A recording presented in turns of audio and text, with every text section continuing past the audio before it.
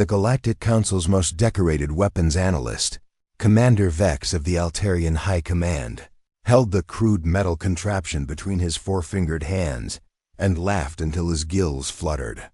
The human delegation sat in uncomfortable silence around the obsidian conference table, their primitive clothing cotton and wool, a stark contrast to the bioluminescent robes of the assembled alien dignitaries.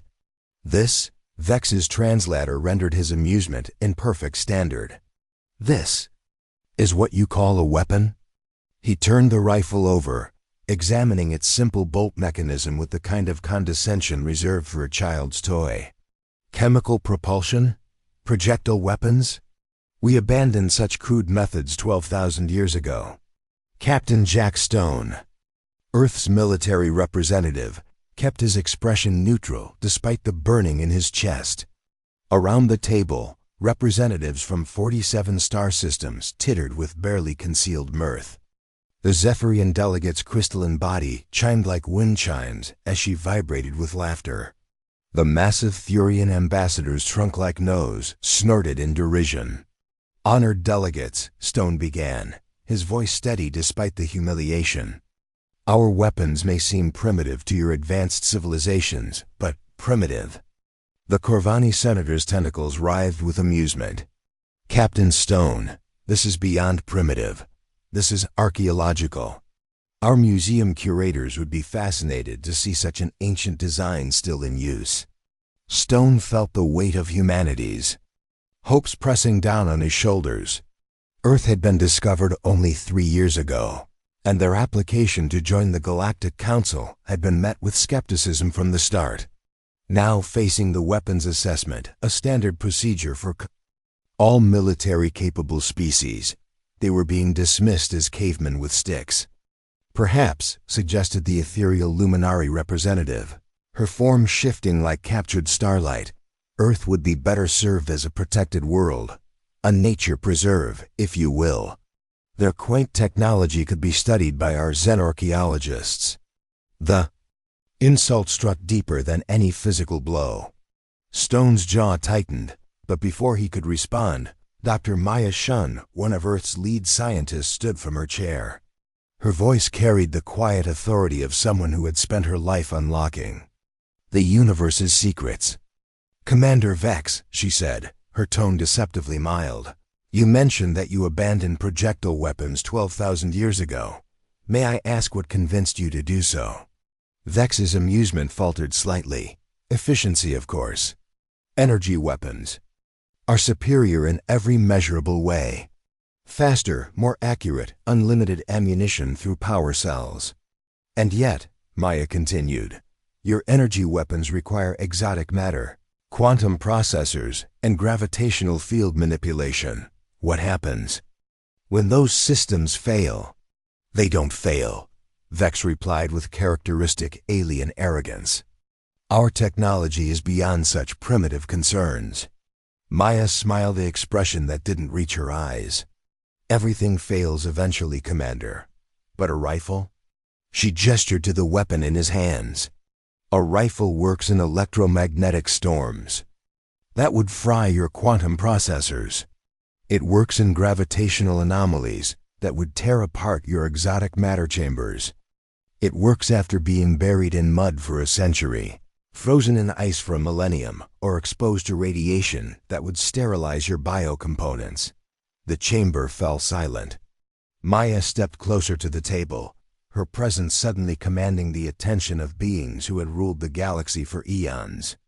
You call it primitive, she said, her voice growing stronger. We call it reliable. You see crude metal and simple chemistry. We see 10,000 years of human engineering, refined through countless wars, perfected through necessity and survival. Every great bond starts with a single moment of courage. HFY Chronicle Stories is just beginning, and your support matters. If you love emotional sci-fi tales, forbidden connections, and stories that stay with you, hit subscribe. It's free, and it helps us bring more stories from the stars to you. Stone felt something shift in the room's atmosphere. The condescending laughter had died, replaced by a different kind of attention. Maya wasn't finished. But you want to see what primitive human engineering can do. Maya's eyes glittered with a dangerous light. Very well. I propose a demonstration. Commander Vex's confidence wavered. What kind of demonstration? Your choice, Commander. Pick any target in this system. Any target at all. Let us show you what human primitive technology can accomplish. The silence stretched like a held breath. Around the table, alien faces showed the first flickers of uncertainty. They had dismissed humanity as backward, primitive, hardly worth their attention. But something in Maya's calm certainty made them pause. What they didn't know, what they couldn't possibly understand, was that humans had a peculiar relationship with the word impossible. Where other species saw limitations, humans saw challenges. Where others saw primitive, humans saw potential. And they were about to learn that the most dangerous weapon in the universe wasn't the most advanced, it was the one wielded by a species too stubborn to accept defeat.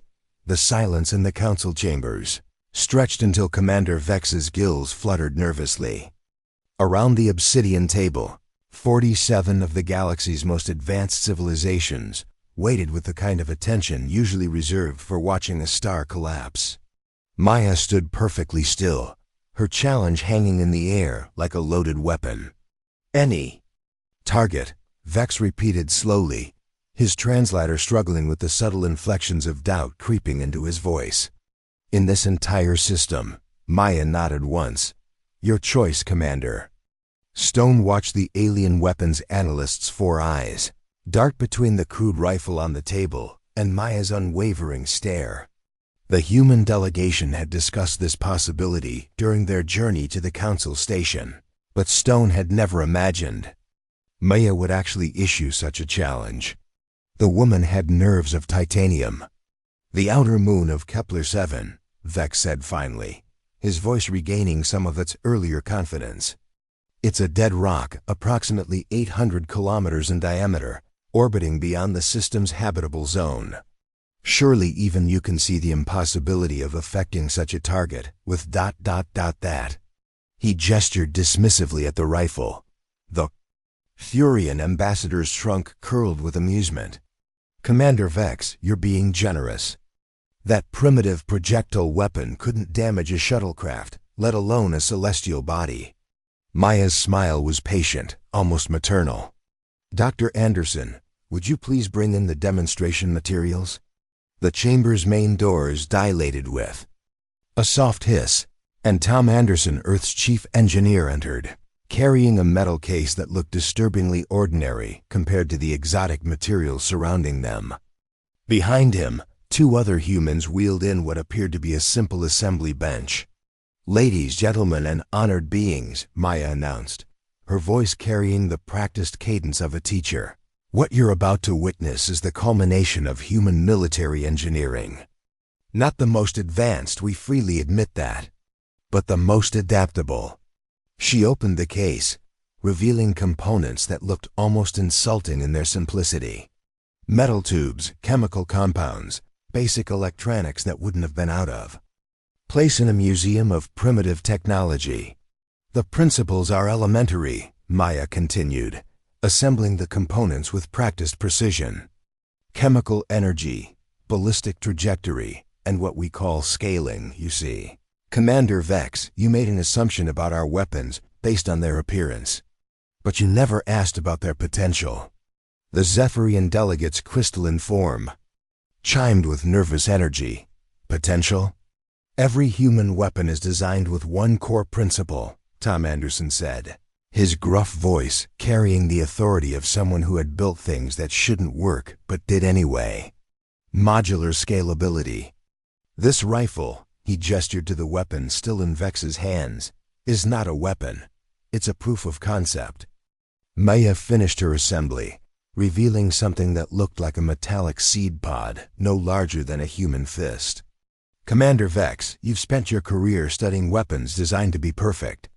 Energy weapons that require perfect conditions. Perfect maintenance, perfect materials. But humans? We design weapons to work in hell. She held up the device. This is what we call a kinetic seed.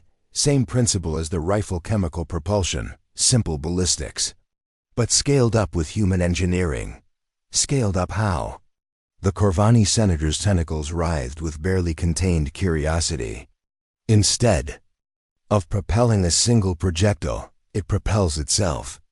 Self-contained chemical rocket, minimal guidance system, maximum payload delivery. Maya's eyes gleamed with pride. The payload isn't explosive, it's constructive.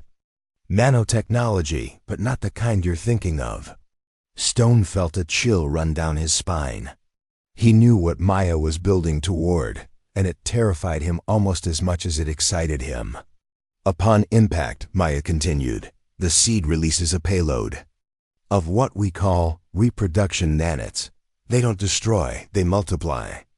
Each nanite consumes local materials to create more nanits, and each generation improves on the last. Exponential growth, powered by the target itself. The chamber erupted in alarm chittering, clicking, and harmonizing as the alien delegates processed the implications. Commander Vex's 4 eyes widened until they seemed to consume his face. That's impossible, he whispered. The energy requirements alone would be impossible with your technology, Maya agreed. But we don't power the process. The target does. The nanits are designed to consume anything: rock, metal, organic matter, even exotic materials. They convert mass to energy and energy to more nanits. A chain reaction that only stops when it runs out of food. Tom Anderson crossed his arms, his expression grim. We call it the replication cascade. And before you ask, yes, we've tested it on asteroids. The results were educational. The luminary representative's shifting form stabilized into something resembling horror. You're describing a weapon that could consume entire worlds. Could, Maya acknowledged, but won't. Each nanite generation has a built-in limitation. They can only replicate for 72 hours before self-destructing. Long enough to demonstrate the principle, short enough to prevent universal catastrophe. Stone stood slowly, feeling the weight of the moment. Honored delegates, humanity stands at a crossroads. You can continue to view us as primitive, backward, unworthy of joining your council. Or you can recognize what we truly are, a species that has spent 10,000 years learning to turn disadvantages into advantages, limitations into weapons, and impossible situations into opportunities. Maya sealed the kinetic seed into a launch tube that looked like it belonged in a museum. The choice is yours, Commander Vex. Shall we proceed with the demonstration? The alien weapons analyst stared at the device in Maya's hands, then at the rifle he still held, then back at the device. For the first time since the humans had entered the chamber, he looked uncertain. How long, he asked quietly, would it take to reach the target? Approximately 6 hours, Maya replied. Long enough for the council to observe, record, and verify the results. Around the table, the most advanced civilizations in the galaxy fell silent, each delegate wrestling with the same terrible realization. They had underestimated humanity, not because humans were primitive, but because humans were something far more dangerous. They were creative. 6 hours later, the main viewing chamber of the council station hummed with tension thick enough to cut with a plasma blade. The massive transparent aluminum view screen displayed the outer moon of Kepler-7 in perfect detail, a barren, cratered sphere of rock and ice. Serenely unaware of its impending fate, Commander Vex stood at the central console, his 4 hands dancing across holographic displays that tracked the incoming human projectile. The crude kinetic seed had been launched from the station's military testing platform, following a ballistic trajectory that even the most primitive species could calculate. But the delegates weren't watching the projectile, they were watching the humans. Maya Chun stood with her arms crossed, her expression serene as a mountain lake. Captain Stone remained at attention, his military bearing unchanged, despite the scrutiny of 47 alien civilizations. Tom Anderson chewed on what appeared to be a primitive plant fiber tobacco. The humans called it, his weathered face showing no more concern than if he were watching paint dry. 30 seconds to impact, Vex announced, his voice carrying a tremor that his translator couldn't quite hide. The projectile is maintaining course and speed. No deviations detected. The Thurian ambassador leaned forward, his massive frame creaking. I still don't understand how such a simple device could affect a body 800 kilometers in diameter. The energy requirements are astronomical. That's because you're thinking like an engineer, Tom Anderson said around his tobacco, his voice carrying the lazy confidence of someone who had built impossible things before breakfast. We're thinking like farmers. Farmers? The Zephyrian delegate's crystalline form chimed with confusion. Plant one seed, Anderson explained, and you get a plant. Plant a field of seeds, and you get a harvest. Plant the right kind of seed, and you get a harvest that plants itself. On the view screen, a tiny spark of light kissed the moon's surface. For a moment, nothing happened. The delegates leaned forward, expecting explosion, energy discharge, some spectacular demonstration of human military might. Instead, they saw a small crater, perhaps 10 meters across, smoking gently in the vacuum of space. The Corvani senators' tentacles curled with what might have been amusement. Is that it? A small crater? I've seen meteors cause more damage. Maya checked her chronometer. Give it time, Senator. Human technology doesn't always announce itself with fireworks. How much time? Commander Vex asked, his confidence returning as the moon continued to orbit peacefully. About ... Maya paused, consulting her device. Now. The change started so subtly that several delegates missed it entirely. A slight darkening around the impact crater, like a shadow spreading across the moon's surface. Then the shadow began to move, flowing outward in perfect concentric circles, consuming everything in its path. What is that? The luminary representative's form flickered with alarm. Replication, Maya said simply.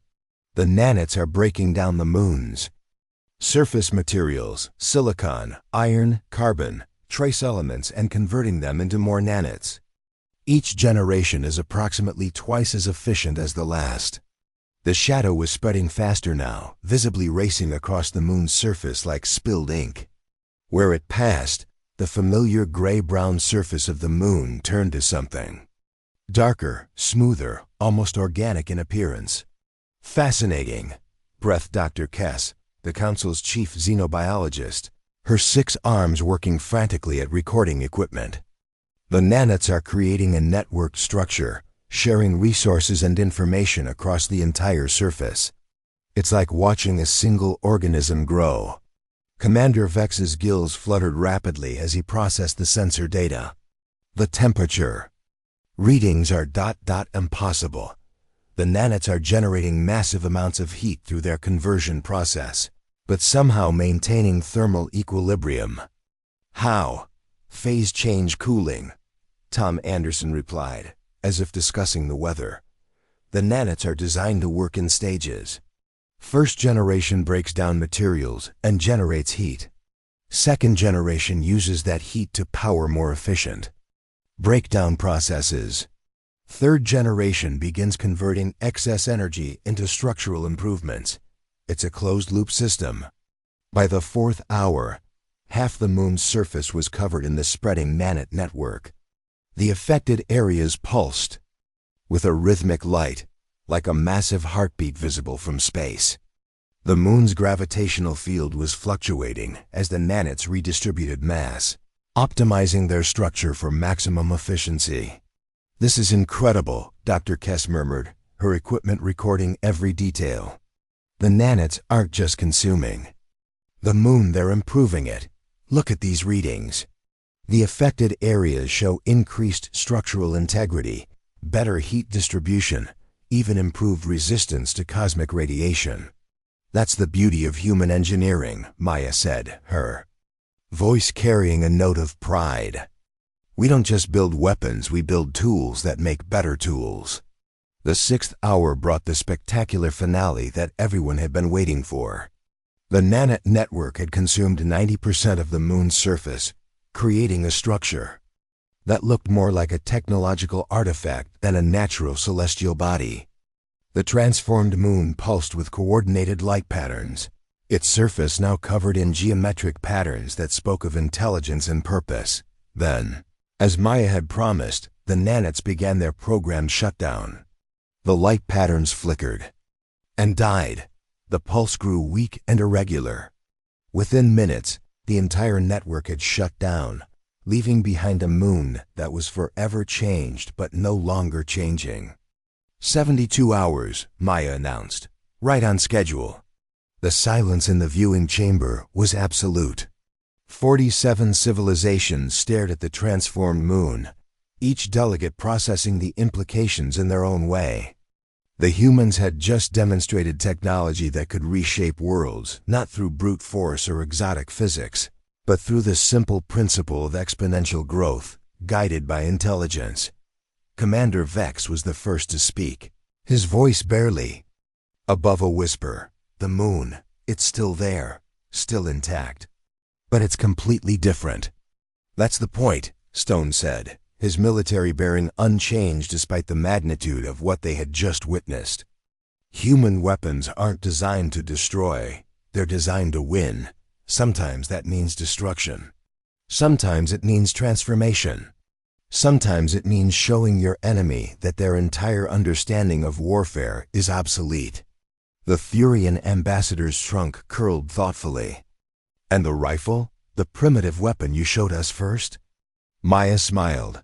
Same principle, different scale. Every human weapon is designed with the potential for exponential improvement. The rifle fires bullets. The bullets can carry nanites.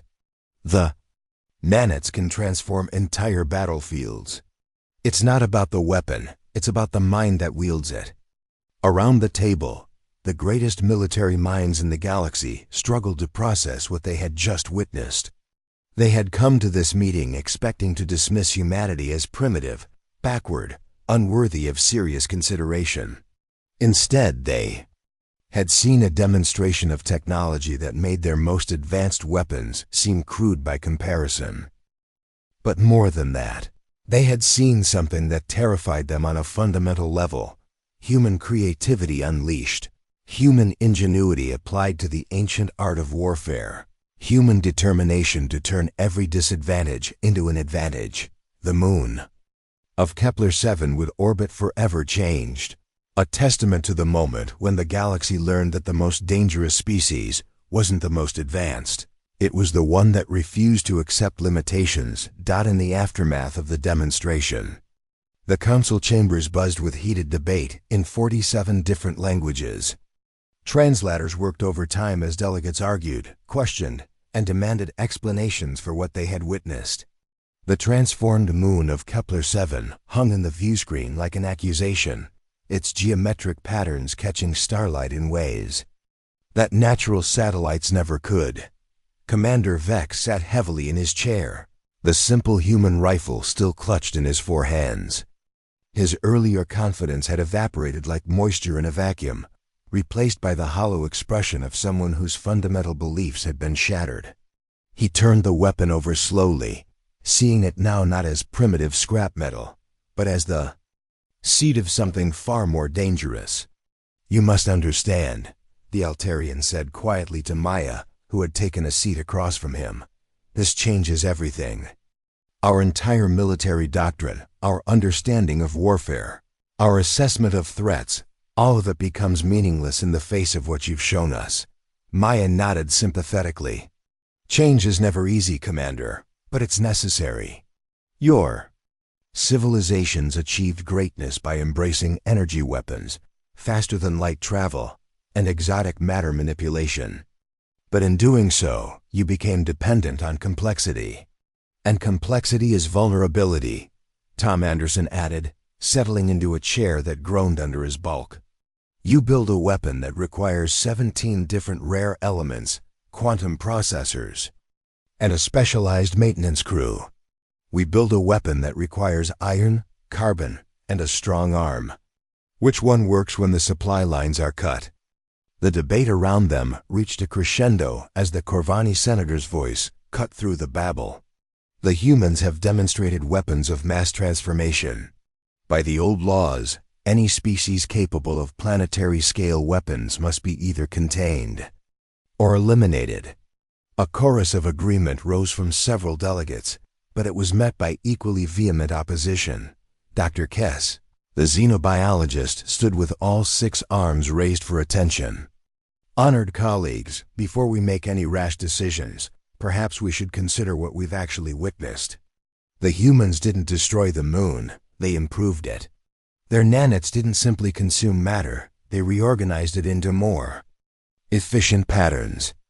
This isn't a weapon of mass destruction, it's a tool of mass construction. Captain Stone stood slowly, his movement drawing the attention of every being in the chamber. When he spoke, his voice carried the weight of 10,000 years of human warfare. Dr. Kess is correct, but she's also missed the point. What you've witnessed today isn't about our weapons, it's about our philosophy. Every species in this galaxy has faced the same choice: adapt or die. You chose to adapt by becoming more sophisticated, more advanced, more dependent on perfection. He gestured toward the transformed moon. We chose to adapt by becoming more resilient, more flexible, more dangerous when cornered. Your weapons work perfectly under perfect conditions. Our weapons work adequately under any conditions. When perfection fails, adequacy wins. The luminary representative flickered through several color spectrums before settling on a deep purple that suggested deep thought. But surely you must see the danger in such technology. What prevents these nanites from continuing their reproduction indefinitely? What stops them from consuming everything in their path? Maya stood, pulling a small device from her jacket. A simple timer, counting down from 71 hours and 37 minutes. This, she said simply. Every human weapon system has built-in limitations. Our nanites are programmed to self-destruct after exactly 72 hours. No exceptions, no overrides, no ways to extend their lifespan. But you could build them without such limitations, the Thurian ambassador pointed out, his massive form. Leaning forward, you could create nanites that reproduce indefinitely. We could, Tom Anderson agreed, his expression growing serious. And that's exactly why we don't. See, that's the thing about human engineering. We don't just build things because we can. We build them because we should. The chamber fell silent as the implications sank in. The humans hadn't just demonstrated superior technology, they had demonstrated superior restraint. They had shown the ability to create weapons that could consume worlds, but they had also shown the wisdom to limit those weapons. Commander Vex finally spoke, his voice barely above a whisper. You're not just more dangerous than we thought. You're more responsible. Responsibility comes with power, Stone replied. Every human child learns that principle. Every human soldier lives by it. Every human weapon is designed with it in mind. Dr. Kess approached the human delegation, her scientific curiosity overcoming diplomatic protocol. The nanites, how do you control their evolution? How do you prevent them from developing beyond your parameters? Maya smiled, the expression carrying both pride and wariness. Each nanite generation is programmed with specific goals and limitations. They can improve efficiency, but they cannot alter their core programming. They can adapt to local conditions, but they cannot extend their operational lifespan. They can create more of themselves, but they cannot create different versions of themselves. Elegant, breathed the Zephyrian delegate, her crystalline form chiming with appreciation. You've created artificial evolution with built-in extinction events, natural selection with a conscience, Anderson added. That's the human way. The debate resumed, but the tone had shifted. Where before there had been dismissal and contempt, now there was respect tinged with fear. The galaxy's most advanced civilizations were grappling with the realization that they had been outmaneuvered not by superior technology, but by superior thinking. The Corvani senator tried one last time to rally opposition. Regardless of their restraint, the humans possess weapons that could threaten every world in the galaxy. We cannot simply ignore such a threat. You're right, Stone said, his voice carrying the finality of a closing door. You can't ignore us, you can't dismiss us. You can't pretend we don't exist or that our weapons are primitive toys. But you have a choice. He gestured toward the transformed moon, still visible in the view screen. You can treat us as enemies, in which case you'll discover just how creative human engineering can become when we're fighting for survival. Or you can treat us as allies, in which case you'll discover how that same creativity can be applied to protecting the things we care about. The silence stretched until Commander Vex stood, still holding the human rifle. He looked at the weapon with new eyes, seeing not primitive metal and crude chemistry, but the physical manifestation of a philosophy that had shaped a species. I believe, he said slowly, that it's time for the Galactic Council to reconsider humanity's application for membership. Around the table, 47 civilizations nodded in agreement, each delegate understanding that they had witnessed something that would change the galaxy forever. The humans had come to them as supplicants, asking for acceptance into their advanced society. They were leaving as equals, their primitive weapons having proven more sophisticated than the galaxy's most advanced technology. 3 months after the demonstration, Commander Vex stood on the observation deck of the newly constructed human embassy, watching Earth's blue marble rotate slowly beneath them. The planet looked deceptively peaceful from orbit, its swirling clouds and vast oceans hiding the forge that had produced the galaxy's most dangerous species. Beautiful, isn't it? Maya Chun joined him at the viewport, carrying 2 cups of what humans called coffee, a bitter stimulant that had somehow become popular among several alien species. Since diplomatic relations began, Vex accepted the cup gratefully, his 4 hands wrapping around its warmth. I've been studying your world for weeks now, trying to understand how such a peaceful-looking planet could produce such remarkable minds.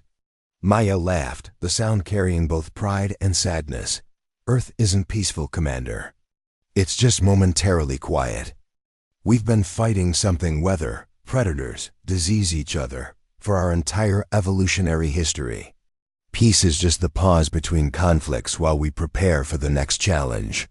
Through the viewport, they could see the construction of humanity's first contribution to galactic civilization, a massive orbital platform that looked like a hybrid between a space station and a garden. The structure gleamed with the distinctive geometric patterns of nanite construction, but instead of the stark functionality of traditional stations, it pulsed with life. The bio-integration project is proceeding ahead of schedule, Vex observed. Your nanites are proving even more versatile than we imagined. Version 4.7, Maya replied with satisfaction. We've been working with the Zephyrian crystalline engineers and the Thurian bioarchitects. Turns out, when you combine human adaptability with alien expertise, you get something neither species could create alone. The station was a marvel of cooperative engineering. Human nanites provided the foundation, breaking down asteroids and space debris to create building materials. Zephyrian crystal growing techniques created the structural framework. Thurian biotechnology provided the life support systems that turned the station into a living ecosystem capable of sustaining dozens of different species. The Council is calling it the most significant advancement in space habitat technology in over 5,000 years, Vex said. Some of the older species are talking about retrofitting their entire colonial infrastructure. Maya nodded, watching as a transport ship approached the station. Tom says we've got requests from 17 different civilizations wanting to license the technology. Not bad for a species that was dismissed as primitive 6 months ago. About that, Vex said, his voice carrying a note of regret. I owe you an apology. All of us do. We let our technological advancement blind us to your potential. No apology necessary, Commander. Every species thinks their way is the best way. It's natural. The trick is staying open to the possibility that someone else might have a better idea. A soft chime indicated an incoming message. Maya activated her communicator, and Captain Stone's voice filled the observation deck. Dr. Chun, we're receiving. A priority transmission from the Outer Rim. The Nexus colony is under attack by an unknown force. The Council is requesting immediate assistance. Maya and Vex exchanged glances. The Nexus colony was one of the galaxy's most important research stations, home to representatives from 30 different species working on advanced physics research. An attack on Nexus was an attack on the entire galactic community. What kind of unknown force? Maya asked. Preliminary reports suggest some kind of automated defense system. Ancient technology, possibly from the predecessor civilization. The colony's shields are holding, but their weapons are ineffective against the attackers. Vex's gills fluttered with anxiety. The predecessors ... If their technology is still active after 50,000 years, conventional weapons will be useless. Their defensive systems were designed to counter every known form of attack. Maya smiled, the expression carrying a familiar edge of determination. Every known form of attack from 50,000 years ago. Tom, how long to prepare a deployment package? Anderson's voice crackled through the communicator from the engineering bay. Got a batch of Mark 7 nanits ready to go, and I've been tinkering with some new delivery systems. Give me 2 hours to prep everything. The Council will never approve deploying untested weapons, Vex warned. The risk is too great. The risk of doing nothing is greater, Maya replied. Besides, our weapons aren't untested. They're just evolved. 6 hours later, a small human vessel approached the Nexus colony. The research station hung in space like a wounded bird, its shields flickering under the assault of dozens of crystalline constructs that pulsed with ancient power. The attackers moved with mechanical precision, their energy weapons carving through space with deadly accuracy. Analysis complete, Tom Anderson reported from the ship's cramped bridge. The constructs are using quantum-linked targeting systems and adaptive energy weapons. They're learning from every defensive maneuver the station makes. Perfect, Maya sighed, checking her equipment one final time. They're designed to counter known weapons and adapt to new ones. But they're not designed to counter weapons that adapt back. The human ship launched a single projectile, a kinetic seed similar to the one that had transformed Kepler-7's moon, but evolved through months of development and cooperation with alien scientists. This version carried nanits infused with Zephyrian adaptability algorithms and Thurian biometric protocols. The seed struck the nearest construct and released its payload.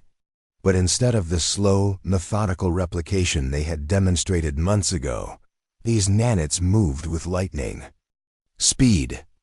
They analyzed the construct's composition in microseconds, adapted their structure to interface with its systems, and began the process of conversion.